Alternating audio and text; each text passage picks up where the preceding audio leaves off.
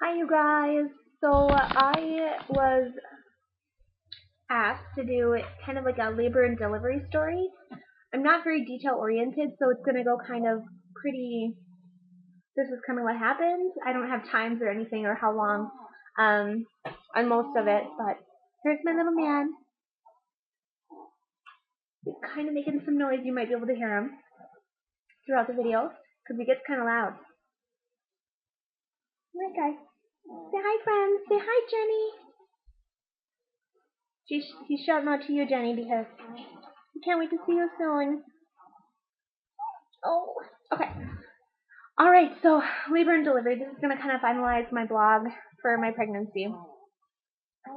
Basically, I was induced on his due date because I kind of whined to my doctor and said that like I was getting really stressed out about like who's going to be here with the baby, and I wanted my mom to come, and she didn't want to come early, and Caitlin, my other child, was born 2 weeks early, so I was kind of thinking he'd come early, and since he didn't, I got an induction date of his due date, and it was perfect. A little stressful. We had to call at 4 o'clock in the morning the day of to find out if they had room for us, and they said they didn't. So we had to wait until they called us back at 9 to find out what time we can come in. And I was like, how is they going to tell me another day? So I got all ready to go at 4 o'clock in the morning. Sat around until 9 and waited. And um, they called us at 9 and said we can come on in. So that was great. We had the most amazing nurses that day. The nurses were like really sarcastic and fun, and we literally were like the only people there delivering, and there was only one person in recovery. So I don't really know, maybe it was a staffing issue the night before or something, or I don't know. When you're on the pit, you have very specific guidelines as to like how many nurses you need on staff for that, and specifically like I had to have my very own nurse. The nurse couldn't have any other patients, and um, things like that. So our nurses were amazing, and even when they did like a shift changeover halfway through the day at 3:30, our new nurses were just as awesome, and it was great. The nurses were awesome. Definitely gonna send a letter just saying like how great everybody was. But okay. So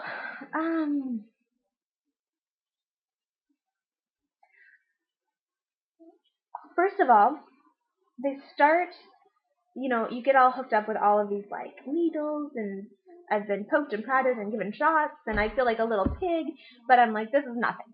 I can handle this. My husband's watching. They needed to draw blood. They needed to, you know, do all this stuff, and he was like, oh my god, like he's already getting kind of overwhelmed.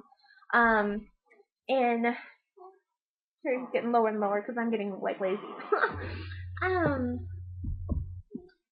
so they started like a strep B medication and a little bit of pitocin at the same time, but not too much. And then when that stopped, they full-fledged put pitocin on with and gave me some fluids with that. My contractions were like I could feel like Braxton Hicks. It didn't feel like contractions to me. No pain or anything like that. So my doctor was scheduled to come in, and she broke my water. And at that point, I was dilated to like a nice 3, maybe.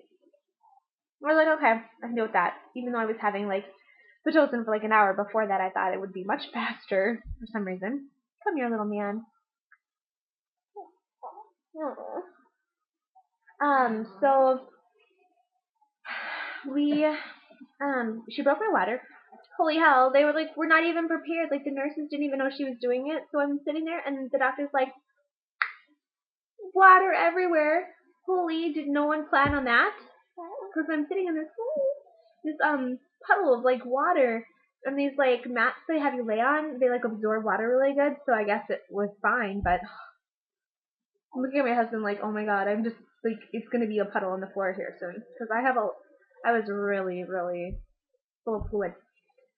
Um. So after that happened, they started just up to flush through a whole bag of just like fluid, just to flush it through my system before the lady came and did an epidural. So at that point, I hadn't had any like pain. And then by the time the pitocin started kicking in, full fledged, the epidural lady was there. So I had 2 big contractions before my epidural came in. And the whole process of being at the hospital from start to finish, everything, I have to say the epidural was the most uncomfortable, but knowing the whole time that it's going to get me through hours of more comfort, I was okay with that. So the epidural was put in probably around noon or lunchtime-ish. I can't remember, probably around noon. Um, and, or 2, I don't know, can't remember. Um, so the epidural was put in and I was fine. I was like completely numb. Stuff to that. I had some contractions showing up in the monitors, and we were all having such a great time and stuff that the time passed so fast. I don't think anybody really realized like how long it had passed before. Um, at one point they had checked, the monitor to see how my contractions were doing because I was feeling great. We're all laughing, having a great time. My pitocin's like fully fledged, going through. So it was like 6 o'clock, 6:30, about 6:30, and the nurse is like, you haven't been picking up contractions for about an hour. So she like tried to move it around and like the monitor on my belly that picked up like the uterus contractions. Um, so we watched that. Maybe that was from like 6 to 6:30ish. So around 6:30, they're like, okay, she's not having contractions, and I'm sitting there like, la la la, no, I don't feel anything, you guys. And they're like, well, let's put in an internal monitor. I'm like, oh my god. At this point, I have like a catheter. I have like IVs in every pore, and I'm like, okay, let's do it. So at this point, I'm thinking I'm having like the ultimate baby story, like horrible event, and it's all gonna turn into like chaos and a C-section. And I went through the whole day for nothing. And so they're like, lay on your side. We'll be right back. We'll get this put in. So I lay on my side.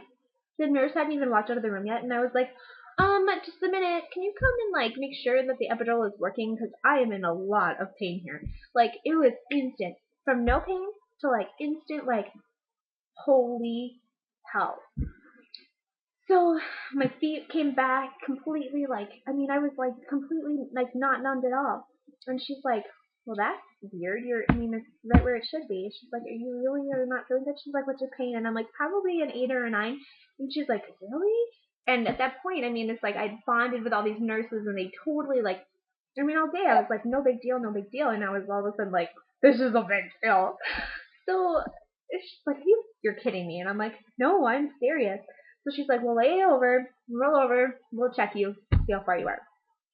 Now remember, guys, at this point, the last time I'd been checked was 3 centimeters, like 8 hours before. So I was through the whole day. Nobody was checking my cervix. Like they're like, oh, when you're ready, it'll, they're waiting for contractions to come and I don't know. So they're like, you're a 9. Do you feel the urge to push? And I was like, kind of, yeah, actually, now that you mentioned it, yeah, sort of. And I had like 4 contractions before the doctor came. So it's like 10 minutes to 7 and she shows up. So I've had like 20 minutes of contractions. And it's painful. Oh my god. Like, when I went, my last pregnancy when I had an epidural, like I pushed and everything and nothing was painful. Nothing. So I was like really shocked at how much pain this was. But the nurses kind of talked my husband into catching the baby. And when the doctor got there, she had more of like a you're delivering the baby attitude. So he actually was like down there like massaging and helping the baby come out. And the doctor just kind of stood back and let him do it. And it was really fun. The nurses, because it's a student nursing hospital, like we had lots of student nurses in there, they were all taking pictures for me because obviously my husband couldn't. And then like with those awesome nurses, you guys. Like I could not even ever ask for better. And I think it's all in your attitude. And you have fun with it, they're gonna have fun with you. If you want it quiet, they'll be quiet for you. But they were running in and out, giving us jokes and all kinds of funny stuff. So I had bonded with the nurses, and I felt comfortable with them being on the side of me, helping me push, even though it was really painful. I didn't expect it to be painful, so that was kind of a shocker. But he caught the baby, handed me the baby. Everything was great. Took me like maybe 3 contractions to have him, 4 contractions maybe to have him. He was born at 7 o'clock on the dot. So we went in and I got in my gown at 10:30. I have a picture of that. And then he was there at 7. So it's an actual pretty common delivery time frame. But the whole last 40 minutes was like completely like shocking. To go from like complete la la la to the baby's here. And then we called our family and they came in right away because it was already 7 o'clock at night. So they came up and they were there at about 8 o'clock. And we had a couple grandparents and some sisters. Everybody was really excited. And then they move you from the room you delivered to the recovery room right away. And I was like, feeling good, you guys. Like, I got up to go to the bathroom. This is all within an hour. I got up to go to the bathroom. Again, keeping in mind, like, not even an hour before, I was, like, completely numbed out. So something completely stopped my contractions or the epidural from working. Like, seriously. And then they're like, okay, so they walked me to the bathroom and just kind of, like, left me there. And I'm like, okay. So I'm, like, getting all cleaned up. I don't have a lot of blood or anything like that. And then all of a sudden, like, I almost fell over. I, like, have never felt like that way before. Like, it's almost surreal when you're about to faint, when you feel like you're about to faint, and no one's going to catch you, and you're still contemplating, like, yeah, no, falling on the floor is a good idea. Like, I had to, like, catch myself on the wall, and then when I opened the door, there was, like, all these people wrestling around and moving things, and the baby's doctor was there already talking to my husband, and I'm, like, looking across the room, and the wheelchair is, like, so far over there. And no one's, like, no one's helping me, and I'm like, oh my gosh, this is horrible. So I made it to the wheelchair, like, really calmly, and I sat down, and when I sat down, it was like, whoosh, like, my head was like, oh. Keep in mind, again, guys, I was, like, totally, like, oh, woohoo, all day, this is awesome, we're gonna have a baby, and all of a sudden, like, I go from, like, yeah, to, like, frail as can be. I couldn't even make it to my room, like, I mean, to the wheelchair hardly. So, I spent, like, the next hour or so just, like, laying in the bed of the recovery room and just laying flat with my husband. That was, like, the first time my husband, like, worried about me, like, all day, because I was, like, really just feeling good and stuff. He was just right along with me. Like, we had just made our new best friends with the nurses and playing games and having fun, and, like, I felt really bad for him because, like, it hit me like a brick after he came out. Like, just, I was shaking, but after that, I felt great. I mean, I was in the hospital he was born at 7 at night, so we had to stay 24 hours, and we just decided we didn't want to go home at 7 o'clock at night, so we were just going to stay till the next morning. So,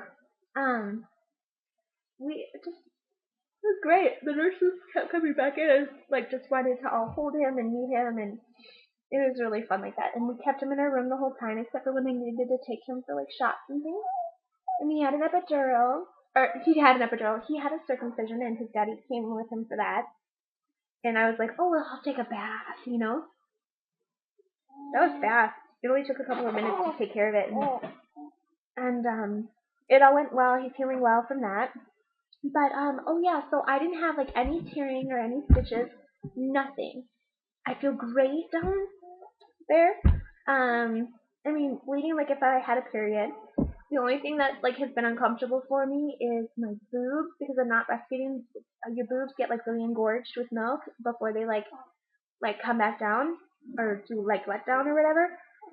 And let me tell you, I've been looking at Mr. Colton here thinking, maybe you would like a boob, because my boobs are so bad. And I'm wearing my belly bandit, which I'm not going to show you now because we have Mr. Colton here, but, when I first put it on the first day, I couldn't, like, my husband had to help me, like, fasten it, and now it's already, like, halfway through the Velcro line.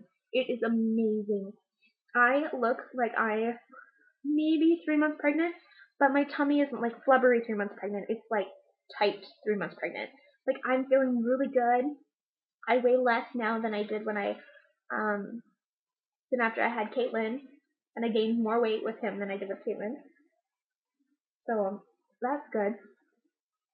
But I'm not starting to diet yet. Pizza, tacos, all the food. Bratwurst our dinner tonight with sauerkraut. All the food I couldn't eat when I was pregnant, I'm getting it out of my system, and then I'll go on my diet. He's so perfect, you guys. I love him so much. My mother-in-law is still here. She's helping us with the house. because apparently we need to organize everything. And she has a saying that says, things have to get messier before they get clean. You know when your mother-in-law comes and you like clean your house and you're like, yeah, it looks good. She'll come in and she'll be like opening drawers and saying, oh, well, we just stand here. I'll just clean this out. And before you know it, every cupboard is empty. Like, it's been really hectic for that. I mean, I appreciate it because I'm sure it's like, it is. It's an improvement to like what I've got going on here, but it's really overwhelming. Colton and I, since we've gotten home, have spent most of our time in the bedroom just cuddling, bonding. I feel like since I had an epidural, he came out before, an inducing.